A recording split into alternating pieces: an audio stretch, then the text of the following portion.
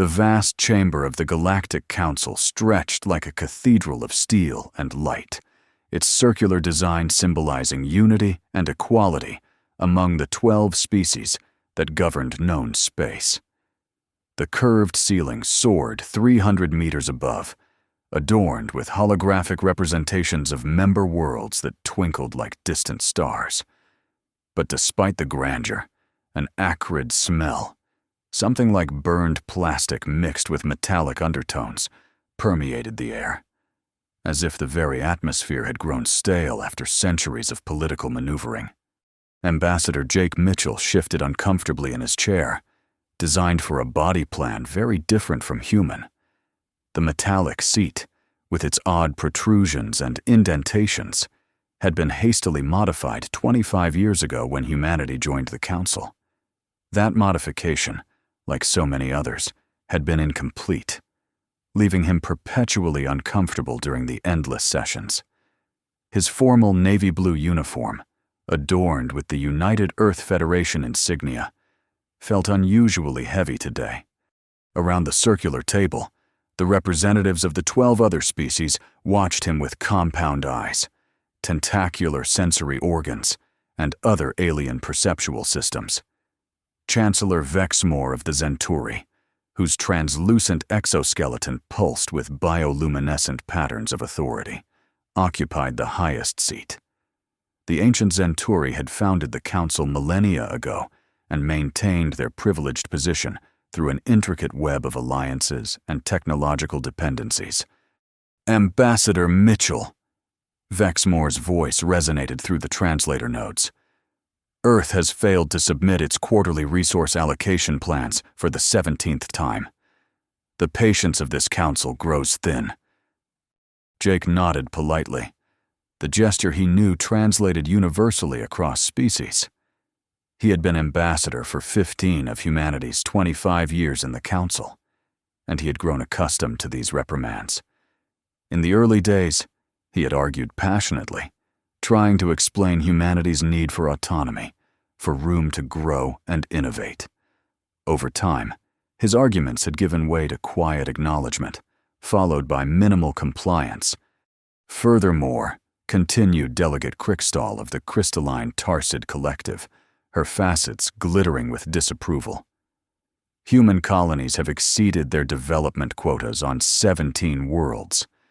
The Calaxian delegation has filed a formal protest regarding human expansion in the Orion sector. Jake glanced at the Calaxian representative, a mass of writhing tentacles housed in a hovering liquid tank. For a moment, their eyes met, all 8 of the alien's optical organs focusing on him with what he had learned to recognize as contempt. "The United Earth Federation acknowledges these concerns," Jake said, his voice steady. "We have prepared a response." He reached into his pocket and withdrew something that made several delegates shift in alarm. A folded piece of paper. Real paper. In an age of quantum data transmission and neural interfaces, the sight of processed wood pulp was jarring, almost primitive. Jake unfolded the document with deliberate slowness. The sound of the creasing paper echoed in the suddenly silent chamber. "By unanimous vote of the United Earth Congress, and with the full authority of President Santos, I am authorized to deliver the following message." He paused, looking around the chamber, meeting the gaze of each delegate in turn. "As of this moment, the United Earth Federation formally withdraws from the Galactic Council, effective immediately." The silence lasted precisely 3 seconds before the chamber erupted. Chancellor Vexmore's exoskeleton flashed with patterns never before seen by human eyes, emergency signals that overrode the normal diplomatic protocols. "This is without precedent. No species has ever withdrawn from the Council." "Impossible!" Crickstall's crystalline form vibrated at a frequency that threatened to shatter.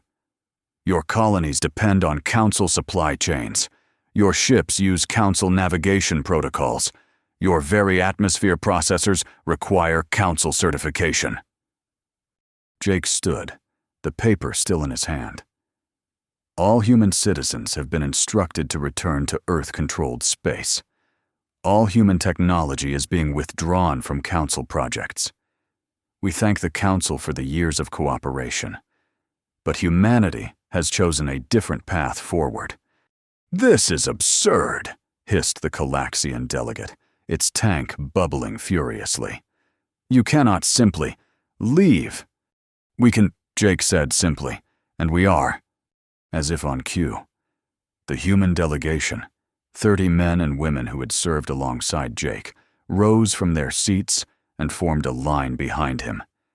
None spoke. None needed to. Their synchronized movement, practiced in secret for months, conveyed a unity of purpose that stunned the alien representatives. "The Council does not recognize this withdrawal," Vexmore declared, his translator struggling to convey the mixture of outrage and disbelief. "Human worlds remain under Council jurisdiction. Any attempt to operate outside our authority will be met with..." "With what?" "Chancellor," Jake interrupted, something he had never done in 15 years. "The United Earth Federation wishes the Council peace and prosperity. We simply choose to pursue our own destiny." With that, Jake turned and walked toward the liquid silver doors at the rear of the chamber. His delegation followed in perfect formation. Behind them, the shouting and threats grew louder, but not a single human looked back. As the doors closed behind them, cutting off the cacophony, Jake's first officer, Pete Carson, spoke for the first time. "Well, that went about as expected." Jake nodded, feeling the weight of 2 decades lift from his shoulders. "Get me a secure line to Captain Rodriguez. Tell her Operation Exodus is now active." Captain Lisa Rodriguez stood on the bridge of the EFS Liberty, the largest transport vessel ever constructed by human hands. Through the viewport, she could see the sprawling spaceport of Zenturi Prime, where hundreds of smaller human ships were already lifting off, breaking free from the gravitational pull of what had been humanity's most important ally. "Status report," she demanded, watching as the Zenturi orbital control platforms began to track the unauthorized departures. 342 ships have cleared the atmosphere, her first officer reported.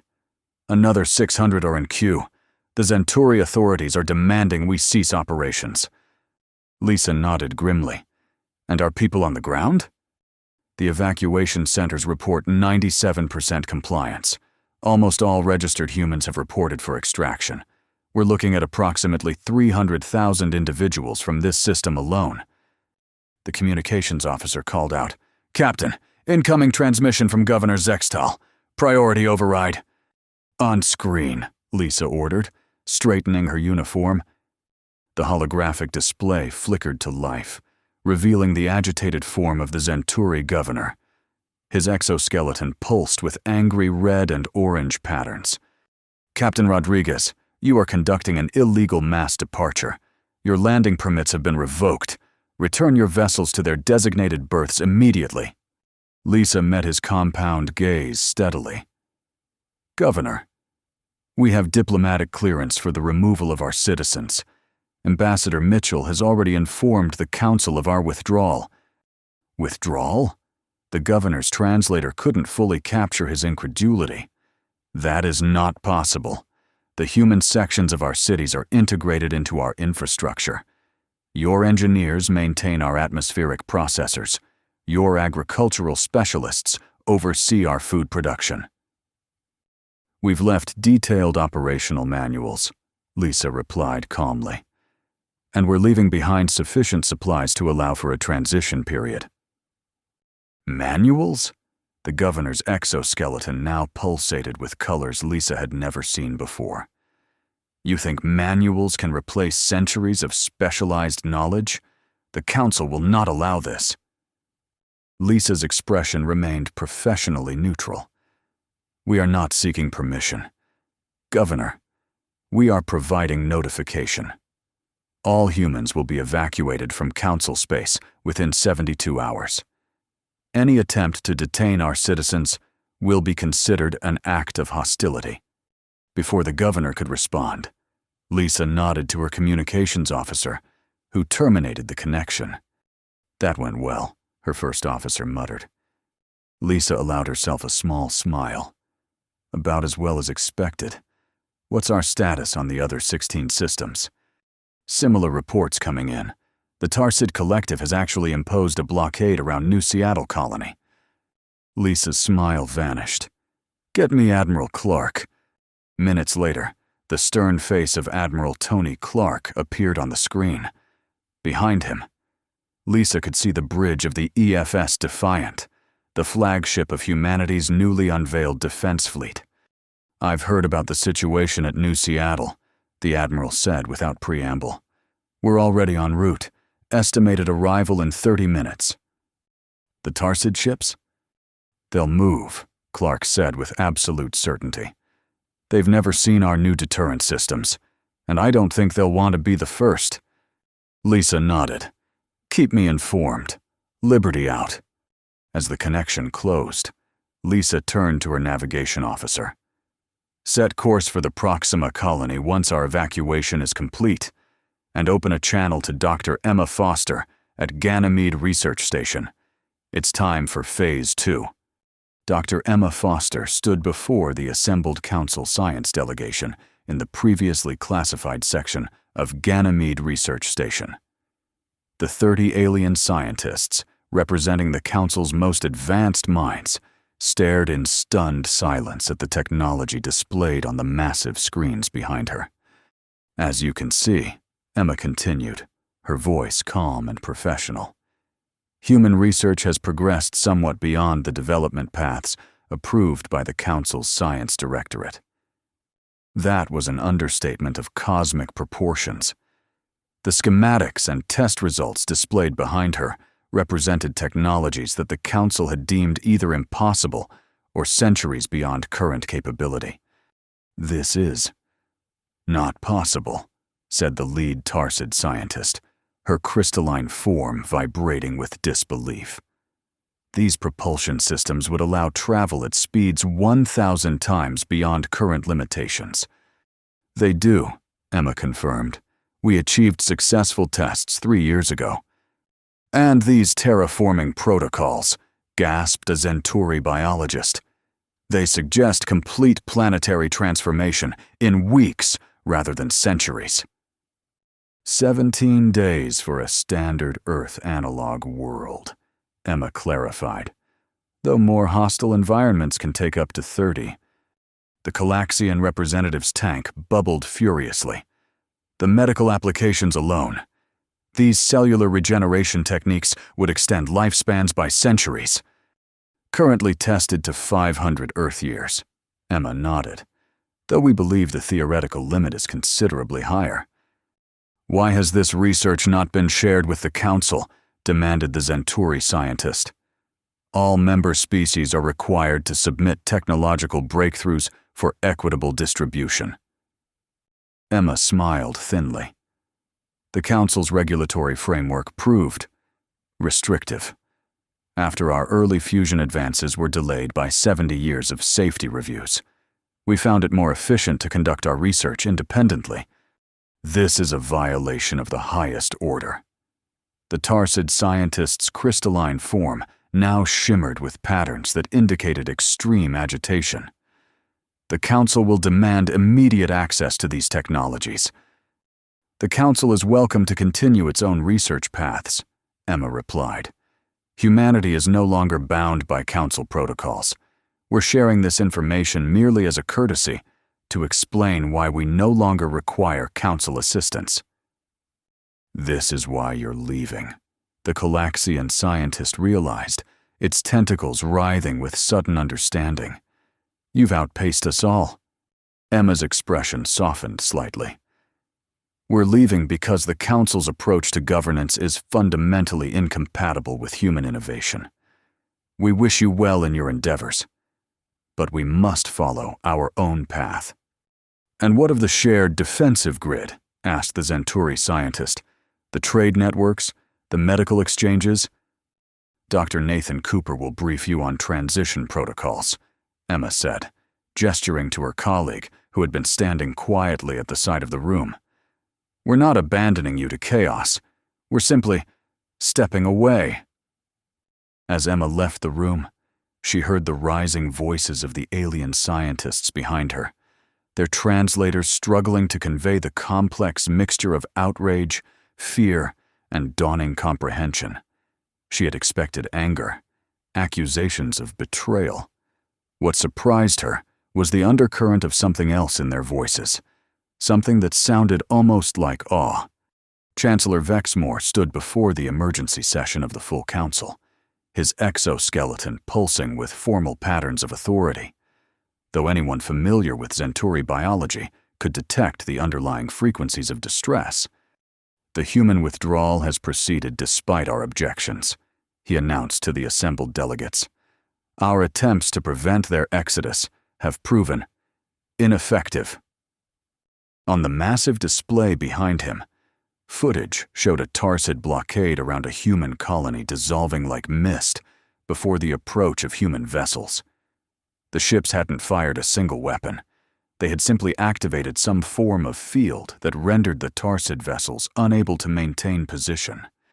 "The Science Directorate has analyzed what little data we could gather." Vexmore continued. "The humans appear to have developed technologies that negate our defensive capabilities entirely." Delegate Crickstall rose, her crystalline form glittering with formal patterns of inquiry. "What demands have they made? What concessions do they seek?" "That is the most disturbing aspect," Vexmore replied. "They have made no demands. They seek no concessions. They are simply leaving." A murmur ran through the chamber as translation nodes struggled to convey the concept across dozens of languages and thought patterns. In the Council's 10,000-year history, power had always been leveraged for advantage.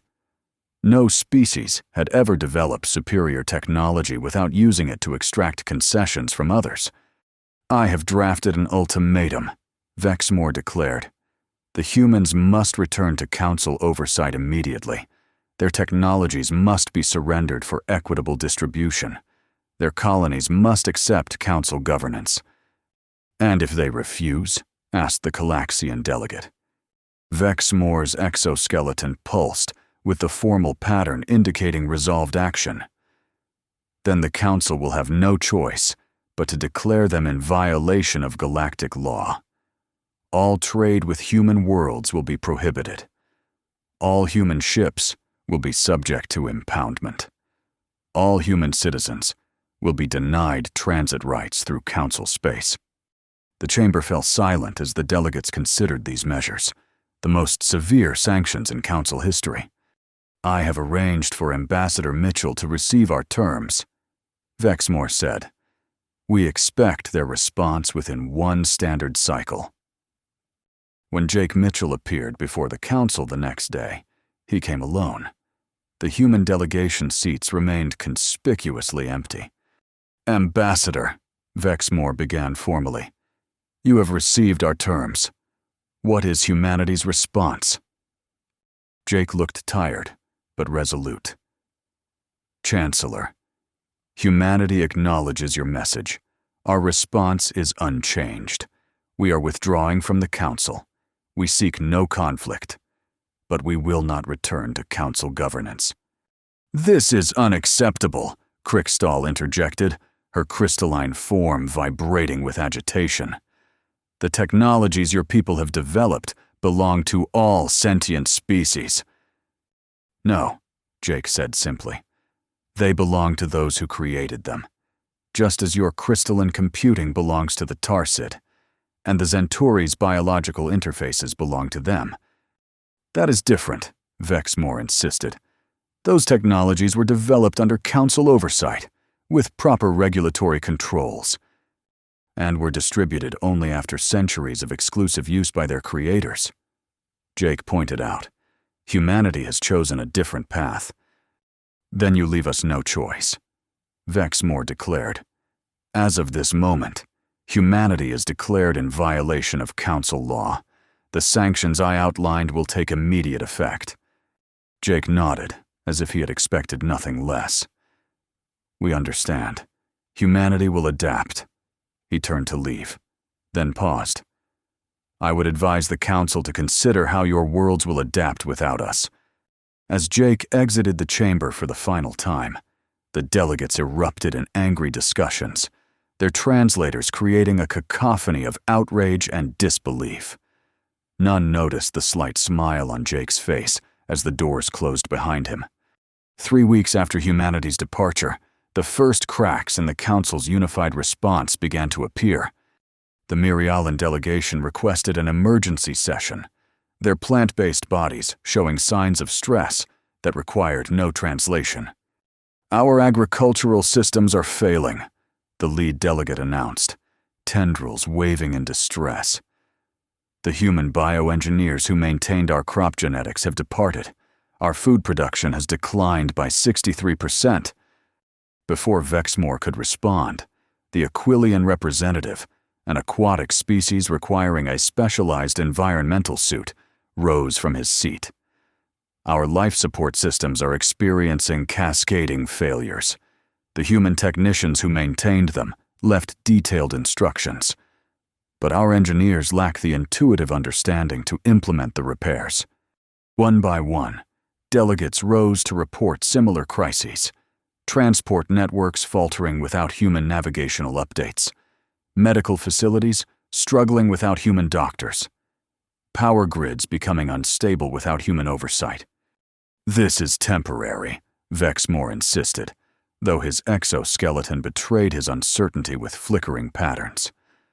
"Our species managed these systems before humanity joined the Council. We will adapt." "Before humanity," the Colaxian delegate pointed out. "These systems were far less integrated, far less efficient. We have built our modern infrastructure on human innovation without fully understanding it." "Then we will develop our own understanding," Vexmore declared. "The Science Directorate will prioritize." He was interrupted by the chamber doors opening to admit a junior Zenturi aide, who approached with visible reluctance. After a brief, hushed conversation, Vexmore's exoskeleton flashed with patterns that indicated extreme alarm. "It appears," he said slowly, "that the Helix Syndicate has broken away from Council authority. They have established direct diplomatic relations with the humans." Stunned silence filled the chamber. "The Syndicate reports receiving humanitarian aid from human worlds." Vexmore continued. "Food, medicine, technical assistance, all provided without demands for reciprocity." Without demands? The concept seemed to confuse many delegates, their translators struggling with the idea. What leverage do the humans seek? "None, apparently," Vexmore admitted. "They are simply helping." That single word, helping, reverberated through the Council chamber like a thunderclap. The concept of assistance without strategic advantage was so foreign to Council thinking that many translation nodes simply failed to process it. In the days that followed, reports flooded in from across Council space. Human ships appearing at struggling colonies, offering supplies and expertise. Human medical teams treating outbreaks on worlds that had supported the sanctions. Human engineers repairing critical infrastructure without demanding political concessions. The Council's unified response crumbled as individual species broke ranks to establish direct relations with humanity. First the Mirialans, desperate to save their failing crops. Then the Aquilians, their environmental systems on the brink of collapse. Within 2 months, half the Council had violated the very sanctions they had voted to impose. Vexmore watched helplessly as his carefully maintained political order disintegrated. The humans weren't conquering the galaxy. They were rendering the Council irrelevant through simple generosity. Lisa Rodriguez stood on the Bridge of the Liberty, watching the holographic display that showed the status of Operation Exodus. Green indicators represented completed evacuations. 17 systems now, with over 3 million humans safely relocated to Earth-controlled space. Blue indicators showed the progress of humanitarian missions to former Council worlds. "Captain," her communications officer called. "Incoming transmission from Agent Stevens. Priority Alpha." Lisa straightened. "Put her through." The screen flickered to life, showing the face of Carol Stevens, Earth Intelligence's top field operative. Her expression was tense, but excited. "Captain, I'm transmitting footage you need to see immediately. Security level Omega." The main view screen shifted to show a series of images that made Lisa's breath catch. New human worlds, dozens of them, in various stages of transformation. Barren rocks blooming with vegetation before her eyes. The terraforming process accelerated to a degree that seemed magical. Vast cities rising from raw material, constructed by swarms of automated builders. Ships, unlike any she had seen before, slipping between dimensions as easily as conventional vessels moved through space. "Where is this?" Lisa demanded. "Beyond the Council's maps," Stevens replied. "Regions they deemed uninhabitable or unreachable.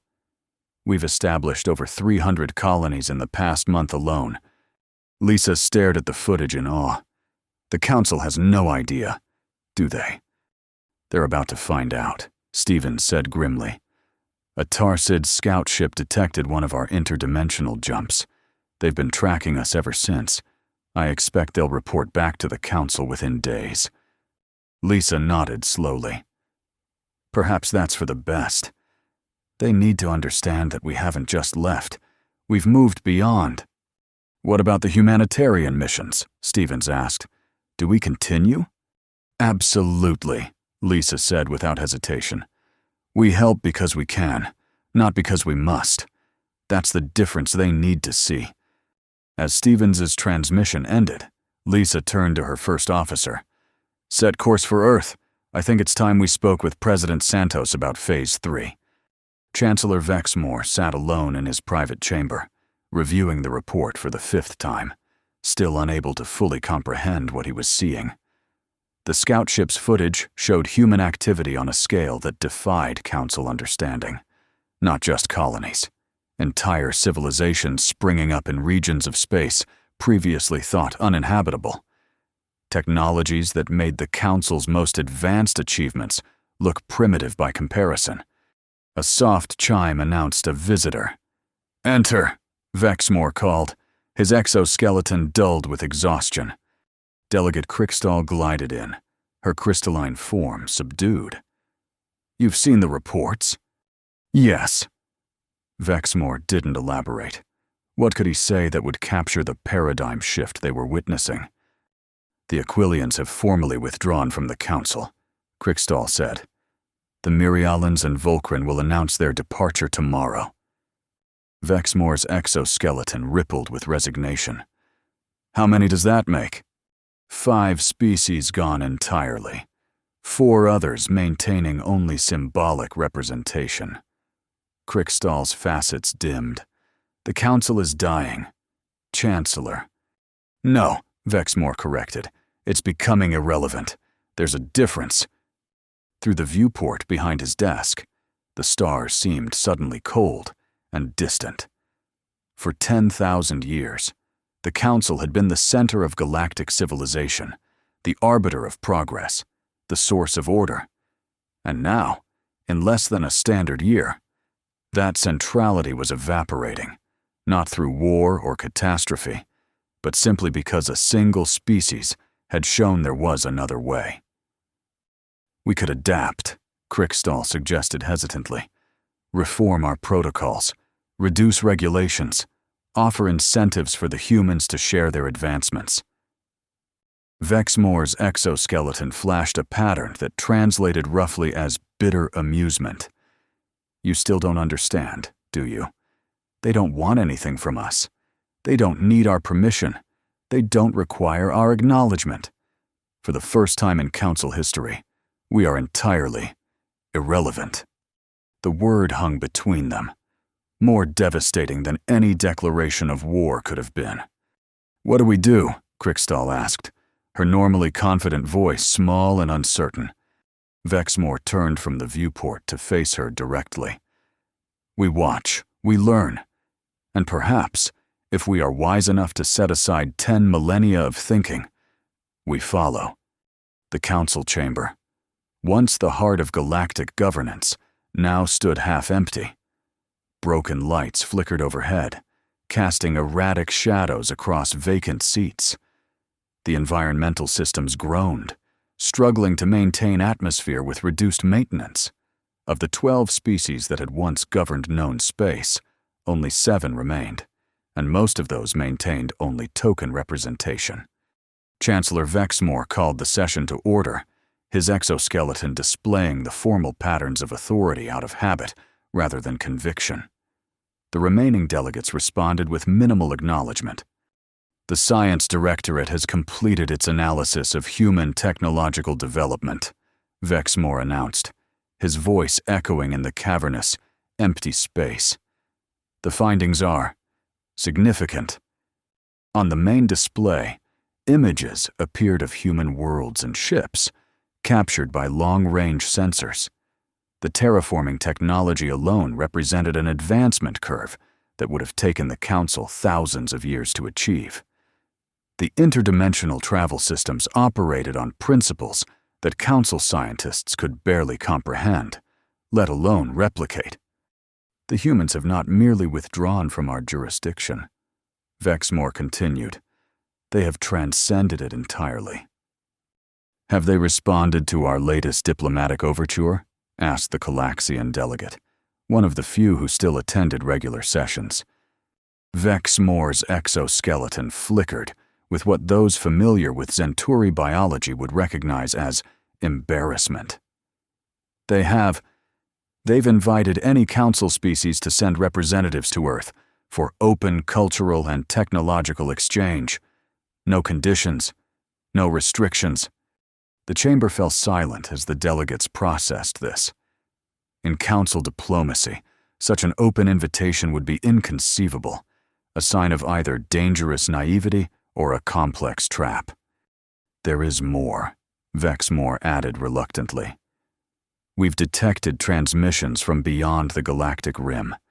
The humans appear to have made contact with civilizations unknown to us, civilizations that are now sending delegations to Earth rather than to the Council." This news hit the delegates like a physical blow. For millennia, the Council had been the gateway to galactic civilization, the body through which all first contacts were established. The idea that new species would bypass them entirely was perhaps the clearest indication of their diminished relevance. "Our options are limited," Vexmore concluded. "We can continue to maintain what authority remains to us, governing those worlds that still acknowledge Council jurisdiction. Or we can recognize the new reality and seek accommodation with the human-led order that is emerging." Before any delegate could respond, an alert flashed on Vexmore's private display. He examined it, his exoskeleton pulsing with surprise.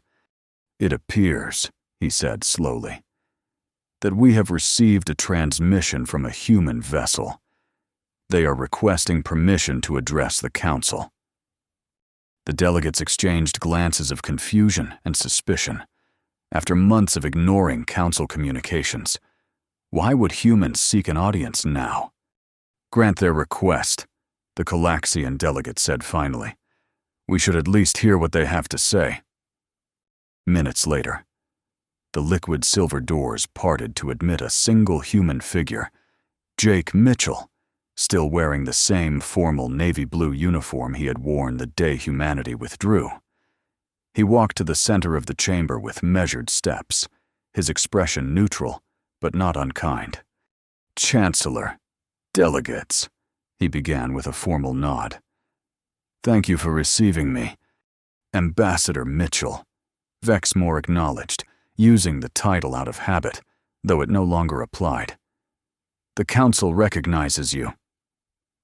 Jake smiled slightly. "I come not as an ambassador, but as a messenger. President Santos has asked me to extend a personal invitation to each of you. Earth is hosting a galactic cooperation summit in one standard month. All species, council members, former members, and newly contacted civilizations are welcome to attend. To what end? Krikstal asked, her crystalline form vibrating with suspicion. To begin building something new? Jake replied simply. Not a council that regulates and restricts, but a cooperative that enables and uplifts. No mandatory contributions. No enforced regulations. Simply mutual assistance and voluntary exchange. Such a system cannot function, Vexmore objected. Without central authority, without enforced standards. It already functions, Jake interrupted gently. The proof is in the flourishing colonies, the recovering worlds, the new contacts being established daily. We offer the invitation out of respect for your traditions and history. But the future will unfold with or without council participation. With that, Jake placed a small device on the floor, a holographic projector that activated automatically. Above it hovered a detailed map of not just the known galaxy, but neighboring galaxies as well, with thousands of points of light representing active human settlements and contacts. We'll await your response, Jake said, turning to leave. But know that you are welcome regardless of your decision. Safe travels. Chancellor. As Jake departed, the stunned council stared at the holographic display, confronted with the undeniable evidence of a new galactic order, one in which they were, at best, one voice among many. 5 years after humanity's withdrawal from the Galactic Council, President Maria Santos stood before the United Earth Congress in the Grand Chamber in Geneva. Behind her, a vast window overlooked the transformed landscape of Earth, a planet once damaged by centuries of exploitation, now restored to verdant beauty through the same terraforming technologies that had created hundreds of new human worlds. Representatives of humanity, she began, her voice carrying effortlessly through the chamber. 5 years ago, we made a choice that many considered reckless. We chose freedom over regulation, innovation over stagnation, cooperation over coercion. Today, I am pleased to report the results of that choice. On the massive display behind her, statistics and images flowed in a carefully choreographed presentation. 3,000 colonial worlds established. 17 previously unknown sentient species contacted. Diseases that had plagued council worlds for millennia, cured. Human lifespans extended to 500 years and beyond.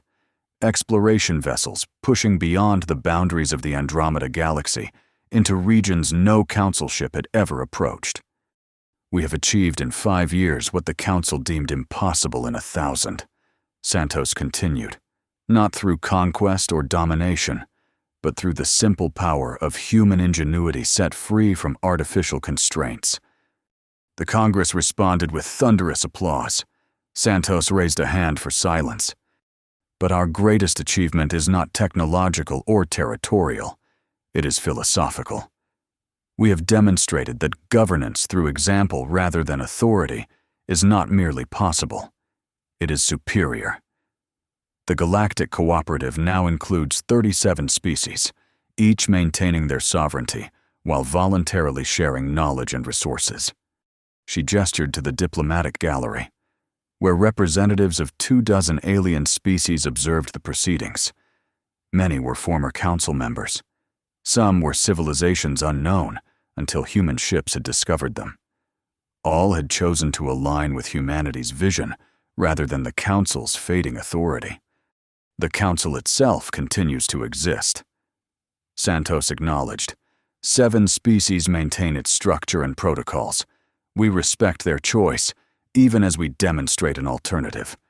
Our offer of friendship and cooperation remains open to them, without condition or expiration. As her speech concluded, Santos looked out over the assembly with quiet pride. Humanity did not leave the galactic community. We transformed it, not through revolution or conflict, but by simply walking our own path and inviting others to join us if they wished. That is the true power of freedom, and it is a legacy that will endure long after the Council is forgotten. The standing ovation lasted for 10 full minutes.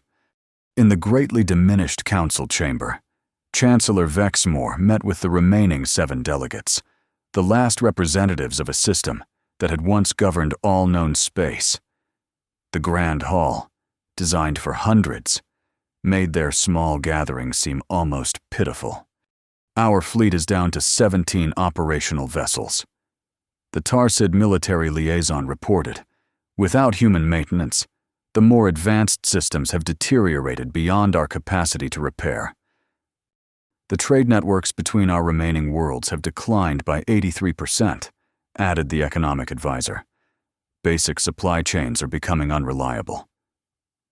Vexmore listened with the resigned air of a leader who had accepted inevitable decline. His once vibrant exoskeleton now displayed only the most basic patterns, conserving energy in what many saw as a reflection of the Council's diminished state. And what of the human-led cooperative, he asked, though he already knew the answer. Expanding rapidly, the intelligence officer admitted. They've established outposts in the far spiral galaxy. Their medical advances are beyond our comprehension. Species that join them report unprecedented prosperity. Yet they continue to offer us assistance, Krikstal noted, her crystalline form dulled with age and stress. Monthly transmissions, offering technological exchange, medical support, even defensive protection, all without demanding our submission. It is a subtle form of conquest, insisted the Calaxian delegate, though its tentacles moved with less conviction than in years past. They undermine our authority through generosity. Is it conquest when the door remains open for us to walk through at any time? Vexmore asked quietly. When no demands are made, no territories seized, no populations subjugated? Before any could answer, a priority alert sounded, a rare occurrence in the Council's diminished state. The main display activated to show a transmission from deep space, from a region far beyond Council exploration. The image resolved to show an alien species none of them had ever seen, a crystalline entity vaguely reminiscent of the Tarsid, but with a complexity of structure that suggested far greater advancement. Greetings, Galactic Council, the entity began, its words translated through systems that struggled to capture concepts clearly beyond their design parameters. We are the Luminarch Convergence. We have encountered vessels from the species known as humans, and have established diplomatic relations with their cooperative. Vexmore's exoskeleton pulsed with surprise. We welcome contact with the Luminarch Convergence. The Council has governed interspecies relations for 10,000 years. We would be pleased to integrate your representatives into our...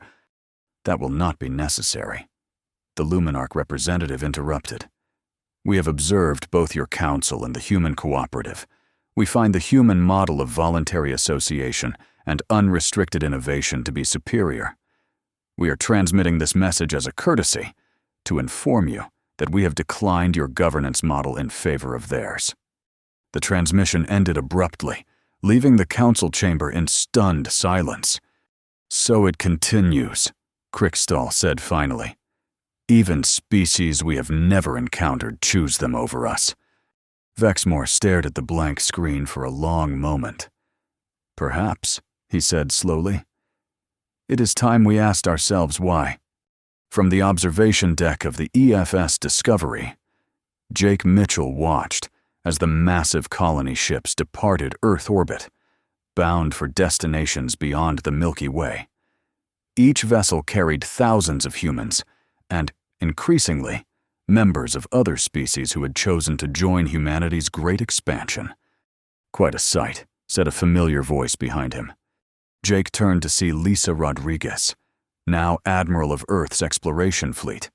Her uniform displayed the insignia of the Galactic Cooperative, a simple spiral galaxy with stars of various colors representing the diversity of member species. "I never thought I'd live to see this," Jake admitted. "When we withdrew from the Council, I hoped for freedom. I never imagined this."